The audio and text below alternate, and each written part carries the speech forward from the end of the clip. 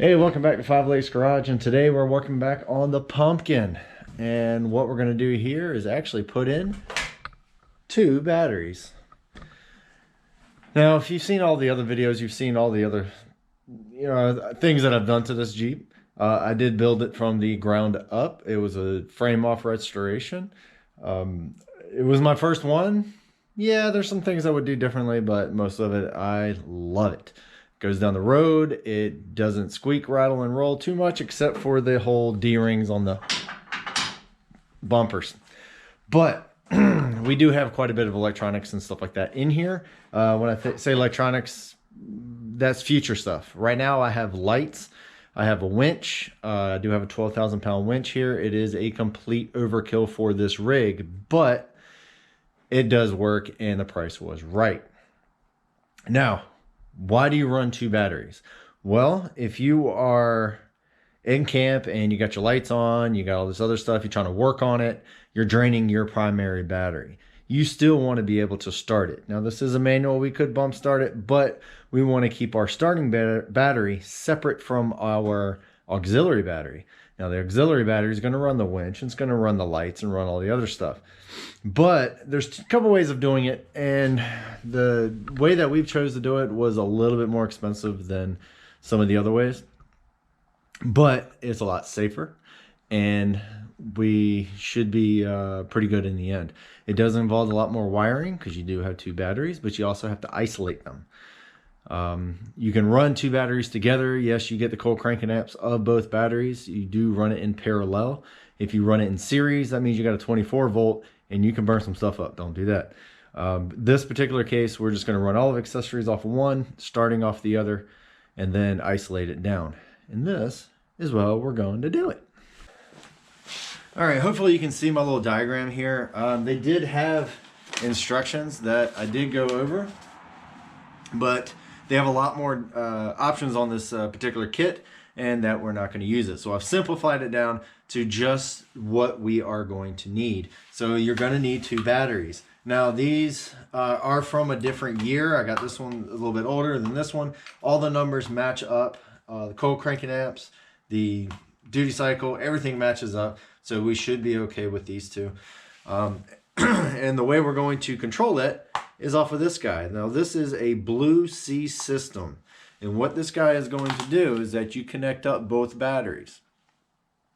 And there is a magnetic pickup inside here. When your starting battery, your starting battery is above like 13 volts. It's going to kick this over to say, hey, we are charging, and it's going to charge both of them at the same time.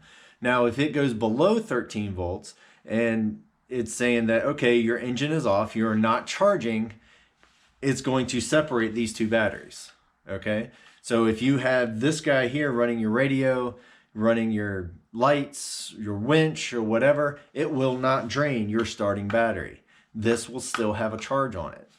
And this this one actually will keep you from draining both of them. Now, let's just say you drain your starting battery, but you still have stuff in your auxiliary battery. That's okay, because this particular model, there are a couple of different ones, but this one right here, you can switch it manually to lock it. All right. So you can bypass the manual, the switch, and actually lock it out. So now we're running on both switches, or both batteries. But we're going to use the remote controller for that, but the option is still there. You don't have to go inside the cab to actually engage that. Now, what this is going to do here is if I want to have both batteries, I can turn that on. I can turn it off, and manually shut them down. If I'm having a problem with one side, all right, only use the one. Or I can just leave it in the middle, which will be auto. Now this right here is actually going to go inside the cab, and I'll show you where we're going to put that. This right here is going to be underneath the hood, because we don't want to have, these things right here are kind of exposed and we don't want to accidentally touch those. So we're going to put that in the cab. So the way we're going to actually hook this up is that we're going to have the alternator, and that's just a junk one I had laying around. It's not actually one for the Jeep. But anyway, we're going to hook the alternator up to this battery. Now that alternator is going to constantly charge this battery. No matter what, if it's running, it's going to charge this battery. Then we're going to connect this positive over to our control switch. And then we're going to put our positive of the second battery also to this switch. And then for the positive battery on this side, we're going to connect up our fuse panels, our relays for lights and that type of thing off of this one battery. And also in my case, the winch. Now, like I said, on the switch, I can go on, off, or auto. And the way we're going to set that up, our black wire, I got all these wires here. Black wire is going to be ground. Your red wire is going to go to pin number 2. Number 8 and number 3 will be connected together. And then number 7, the yellow wire, which is this yellow, will go to pin 7. Now, number 1 will go directly to the ground, which will be, in this case, will just be the chassis, and it'll be totally fine. Now, it does have extra wires here, and what that is for is if you have 2 engines, you can isolate it down to which one's charging what. So we don't have 2 engines, we have 2 batteries and 1 engine, so we're going to hook it up this way. So, all right, we have a couple good things and a couple bad things. One good thing is that we have a plan. The other good thing is that I get to play with my new tool again and make some battery connections. And number 3, the bad part is we got a lot of work to do. We want to get on the trail on Tuesday night. Today is Thursday. This weekend I'll be building a shed, so I'll be a little bit busy, but I want to get this knocked out and actually test it out because I don't want to test it out on the trail. We'll leave that for Dirt Every Day and Roadkill and those guys. All right, well, it's a new day. I'm back onto the pumpkin here. I got a different set of clothes. It is 70 degrees out here instead of 40, which is great. But I think I got everything figured out. I think the only thing that I missed on when I described it earlier was the brown wire. The brown wire goes to an ACC connection. So I'm gonna get ready to run these wires. So I have my red, I have my yellow, and I have my brown. And I need to bring these into the cab or inside the driver compartment. Now, one thing that I would recommend is actually go to Harbor Freight or go online or go wherever and pick up a universal grommet kit. These things are really cheap, but they definitely come in handy. Anytime you want to go through a firewall or you go through anything that's metal, put a grommet on it. Do not put it in there straight, especially if you're not going to use any fuses, which you should be using fuses anyway. So, I'm going to run these through and we'll show you what we got. All right, so this is basically what, the setup that I'm getting ready to do. These are all my accessories. These run all my relays, my fuses, and all that good stuff. It does give power to my switches that are inside, and from the switches, it comes back and runs a relay. So this one is going to go up to this one. So this is going to be my auxiliary battery. This is going to be my starting battery. And then I actually mounted the blue C right down here. I did use a couple of spacers there. I'm going to replace these later with some rubberized spacers. I just didn't have any available. Nuts will do just fine for right now, and then later on I will replace that so it doesn't get all shaken up all the time. All right, so I have my blue C mounted. I'm going to connect one line up to this battery, one line up to this battery, and then before it goes out to the rest of the vehicle, I have 2 circuit breakers. One circuit breaker will be for the vehicle, so there will be my lights and starter and that type of thing, and then this other one's going to be for all my accessories, the winch, the lights, the dome light, all that type of stuff, my electronics. So I'm going to keep that separate, so when I'm storing it, all I do is hit the red buttons. It trips both breakers, and I don't drain my batteries during the winter. In the wintertime, I will be putting a trickle charger on these guys just to keep them alive. All right, so we are inside the pumpkin right now, so we need to figure out where we want to put this guy. Now, it's not something that you're going to be dealing with all the time. I was thinking about putting it onto the center console, but it's pretty busy already, and there's not really any need to have this out in the open. So what I was thinking about doing is actually putting it right here in the glove box. Now, I don't have my door up there yet. It's actually upstairs. I did paint it, but I haven't brought it down here yet. But it is a whole lot easier to cut into plastic than it is to cut into steel, which my center console, I made it out of steel, and that'd be a pain in the butt. So what I can do is actually unscrew this guy, pull it out, make my hole for my switch, put the switch in, and then I'll be able to wire it up. We won't be able to see it. We don't need to run wires all the way to the center console, except for my brown wire, which is my ACC.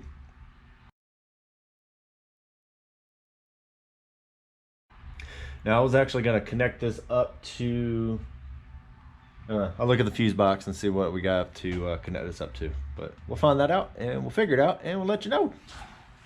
But right now, I need to make my switch. I need to get this guy out. All right, well, it's out. That was a pain in the butt, to tell you the truth. So I was thinking, well, why not? We'll stick it right here. And then it'll be on the side. I might be able to put it in the back, but then I can't get to it. I'll put it on the side and I should be able to see it from the driver's side as soon as I close it up. So yeah, let's cut it up. All right, so I got everything going through the firewall. I've also put a hole in my glove box so that I can put my switch. So now we're gonna connect up the switch. Now, if you look at your instructions, it comes with it. It'll tell you exactly what pins go to what. So we need to have a blue wire. Actually, I'm just using blue, but it doesn't say blue. But pin number 8 needs to be connected to the house battery, which would be the auxiliary battery. So I'm going to use blue for that. But pin 8 also needs to be connected to pin 3. So I'll need to make a dongle for that guy, which is not a big deal. And then we have the yellow wire, which goes up to the front and also goes to pin number 7. And the red wire will go to pin number 2. So we're going to do that. So these are the things you're actually going to need to actually do this properly. Now I do have some of these crimpers. It has cutters and it has 2 sets of crimpers down here at the bottom. These work really well. They are pretty much dedicated for this. Now you also need a wire stripper. Now these right here are fantastic. It will split it right up there, even though I'm missing a few pieces on it, but that's okay. You don't quite need all of them. All right, so we're going to take blue. So basically you're going to take it wherever you want. There's a stopper right here that you can adjust to say you want a 1/2 inch, you want a 1/4 inch, you want whatever. But right now I'm just going to do it by eyeball. So you're just going to take it and boom. Now we're nice and cut. All right. So I want to twist that up to make sure it doesn't get frayed. But I need to connect pin number 8 to number 3. So I am going to cut me a pigtail. There we go. I'm going to take this one, get my little pigtail off. All right, another thing you're going to need is these little connectors. These are the female connectors. I just have this in a little dispenser. I keep them on the wall. I just fill them up whenever I get a chance, and it does really well.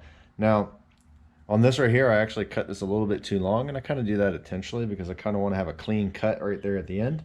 So I'm going to take this and cut that right off. So that's about all you need. You're going to stick it right in here. Now, here's my problem. This right here is going to be exposed. Now, they do have other connectors that are a little bit more expensive. These are just some cheap ones that I had. But what I'm going to do is actually put shrink wrap around that. It's probably going to be the cheap stuff, but again, because that's what I have. But I want to put it all the way around the boot itself, only to make sure that nothing will come down and actually touch it and spark it and create an issue. All right, so we're going to keep that right to the butt, and then once we shrink that up, it will protect that end. So we'll go shrink it. All right, all nice and heat shrinked and wrapped, very well protected. So it's still a little bit warm, but I can't pull that off. So I just need to put another wire on this side with another connector, so I can put this to pin 8, this to pin 3, and then I can do the rest. So let's fast forward a little bit and you can see how it goes.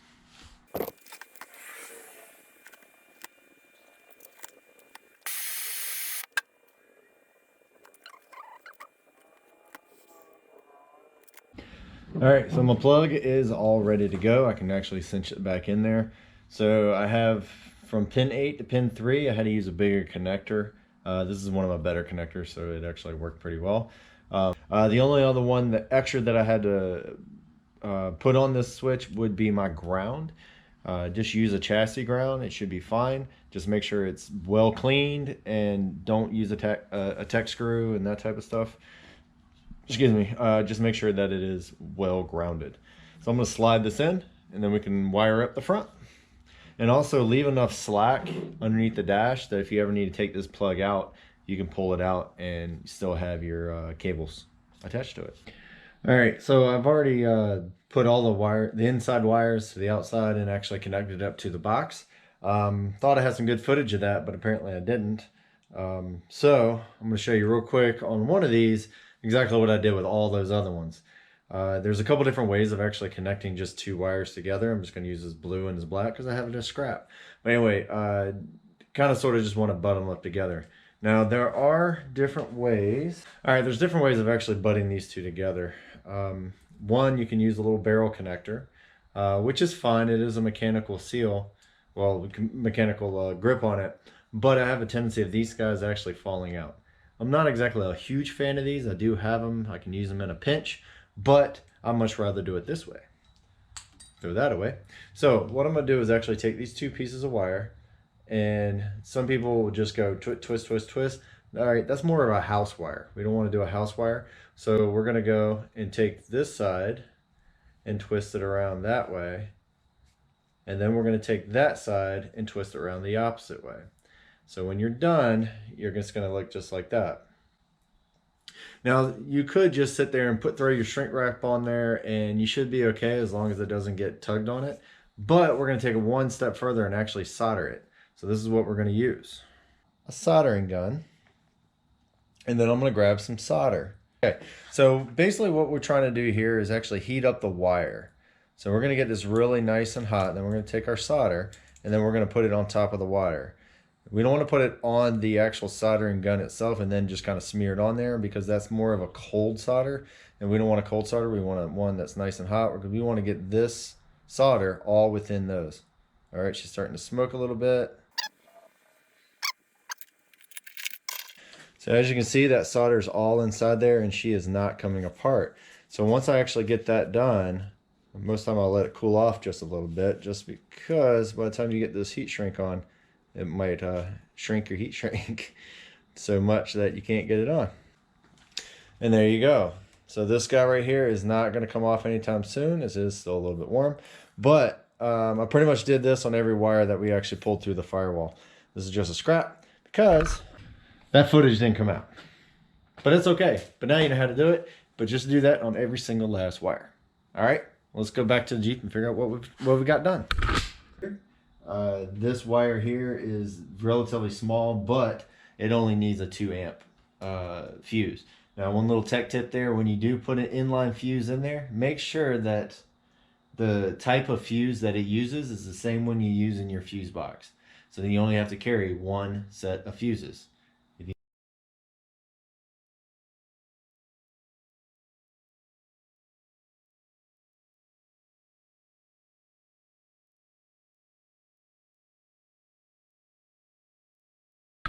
All right, we're pretty much done with this guy here. Both batteries are in. Both batteries are basically connected together through the Blue Sea dual battery unit. Like I said in the previous part of it, this is an electromagnet, and basically what it does is that when the starter battery is being charged and it is charged enough, I believe it's 13.5 volts. Once it gets above that, it automatically triggers the solenoid, and which then charges both of them. So you cannot charge the secondary battery without the first battery being charged unless you override it. Now there's two ways of overriding that. One is by pushing the button here on the top, which I'll show you that here in a second. And the other one is through the module that I put inside. You can put it down in the manual. It will lock both of them together, and then basically you just run off a full 2 batteries. Most of the time I just leave it in auto, just let it do its thing. And when I start the car or start the Jeep, it's only running off this one battery and not both.